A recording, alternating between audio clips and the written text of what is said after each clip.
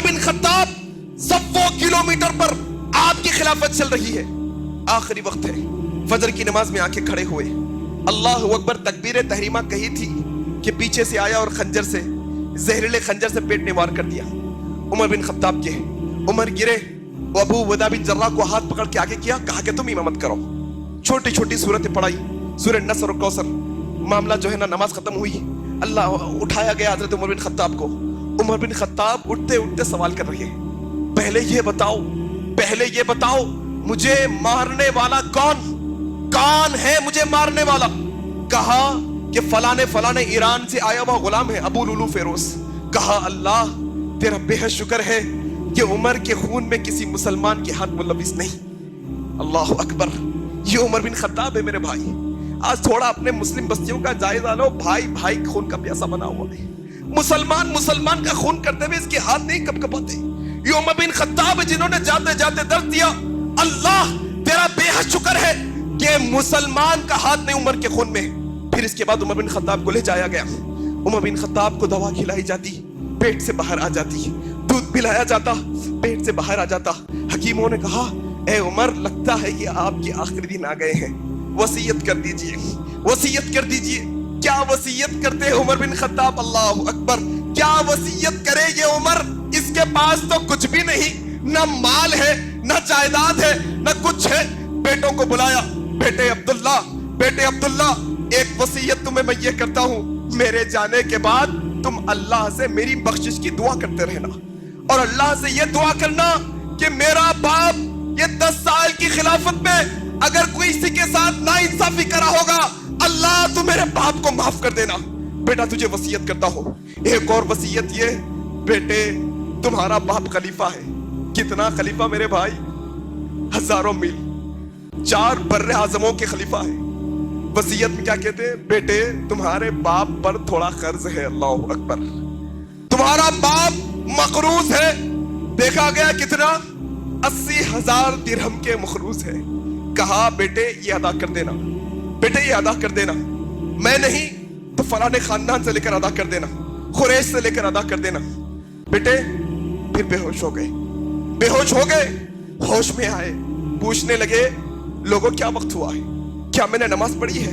اللہ اکبر، کیا بھائی امت کہاں کھڑی ہے؟ لوگ کہتے خبر میں کوئی آ کے بچا لیں گے، کوئی کہتے ان کا چجرا لکھ کے خبر میں ڈال دو بچ جائیں گے۔ یہ عمر ہے آخری وقت میں کہتے ہیں عصر کا وقت ہوا، کیا میں نے نماز پڑھی ہے؟ نہیں، وضو کراؤ، پہلے نماز پڑھوں گا پھر آگے کی باتیں ہوں گی۔ اللہ اکبر۔ اللہ کے نبی صلی اللہ علیہ وسلم نے بہت بشارتیں دی، شہادت کی بشارت بھی دے دی۔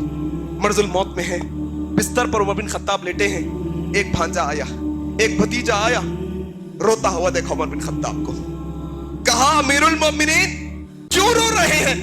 اللہ کے نبی جب یہ دنیا سے گئے تو آپ سے راضی اور خوش تھے، آپ کیوں پریشان ہو رہے ہیں؟ اللہ نے آپ کو گمراہیوں سے نکال کے ہدایت کے راستے پر رکھا۔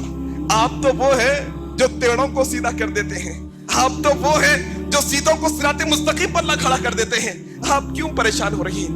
واپس ہونے لگا بھتیجا، نظر دیکھو عمر بن خطاب کی کیا تکلیف دیکھو، کیا اس مرض کے حالت میں بھی اپنے بھتیجے بلاؤ، اس کو ادھر بلاؤ، میرے بھتیجے تم نے جو باتیں کہی ہے بہت اچھی ہے، لیکن میرے بھتیجے میں دیکھ رہا ہوں تمہارا کپڑا ٹخنوں سے نیچے ہے، ذرا اس کو اوپر کر لینا پہلے۔ اللہ اکبر، تمہارا کپڑا بھی صاف رہے گا، اللہ کی رضا بھی تمہیں ملے گی۔ اللہ اکبر۔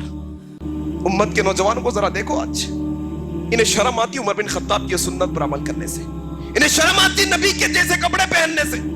اگر تمہیں شرم آتی نبی کے جیسے کپڑے پہننے سے تو پھر شرمندہ ہونے کے لیے تیار ہو جاؤ، قیامت کے دن پھر نبی سے تمہیں شرمندہ کروایا جائے گا۔ پھر نبی کی سنت پر عمل نہ کرنے والوں کو، بدعاتوں پر عمل کرنے والوں کو نبی سوقن کر کے پیالہ نہیں پلائیں گے حوض کوثر کا۔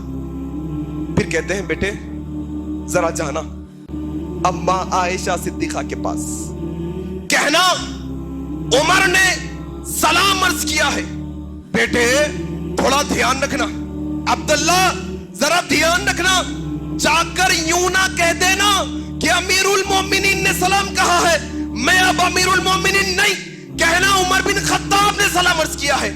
اور کہنا عمر کی یہ خواہش ہے کہ آپ کے حجرے میں جہاں عمر کے آقا اور ایک طرف میرے دوست ابو بکر ہے، ایک طرف مجھے جگہ دے دی جائے، اگر اما عائشہ کی اجازت ہو تو، وگرنہ پھر عام مسلمانوں کے قبرستان میں مجھے دفن کر دینا۔ گئے عبداللہ، عرض کیا، اما، عمر بن خطاب یہ کہتے ہیں، اما عائشہ رونے لگ گئی، اما عائشہ رونے لگ گئی کہ وہ دروازہ جو فتنوں کو روکنے والا تھا آج کھل گیا وہ دروازہ۔ حضرت حذیفہ کہتے ہیں عمر وہ دروازہ ہے جو فتنوں کو روکنے والا تھا۔ یہ منافقین جو عمر بن خطاب کے دور خلافت میں باہر نہیں آ سکتے تھے، آپ کی شہادت کے بعد باہر آنا شروع ہوئے۔ یہ امت کے اندر جو بڑے بڑے فتنے ہیں نا، یہ سارے کے سارے فتنے عمر بن خطاب کی شہادت کے بعد آئے ہیں امت کے اندر۔ اماں نے کہا میں نے یہ جگہ میرے لیے اٹھا کر رکھی تھی، لیکن عمر کا مقام کیا، میں نے نبی سے سنا، عمر کے مقام کو دیکھتے ہوئے آج یہ امت کی ماں عائشہ اپنے اوپر عمر کو ترجیح دیتی ہے، جاؤ عمر کو لا کر میرے کمرے میں حجرے میں تدفین کر دو۔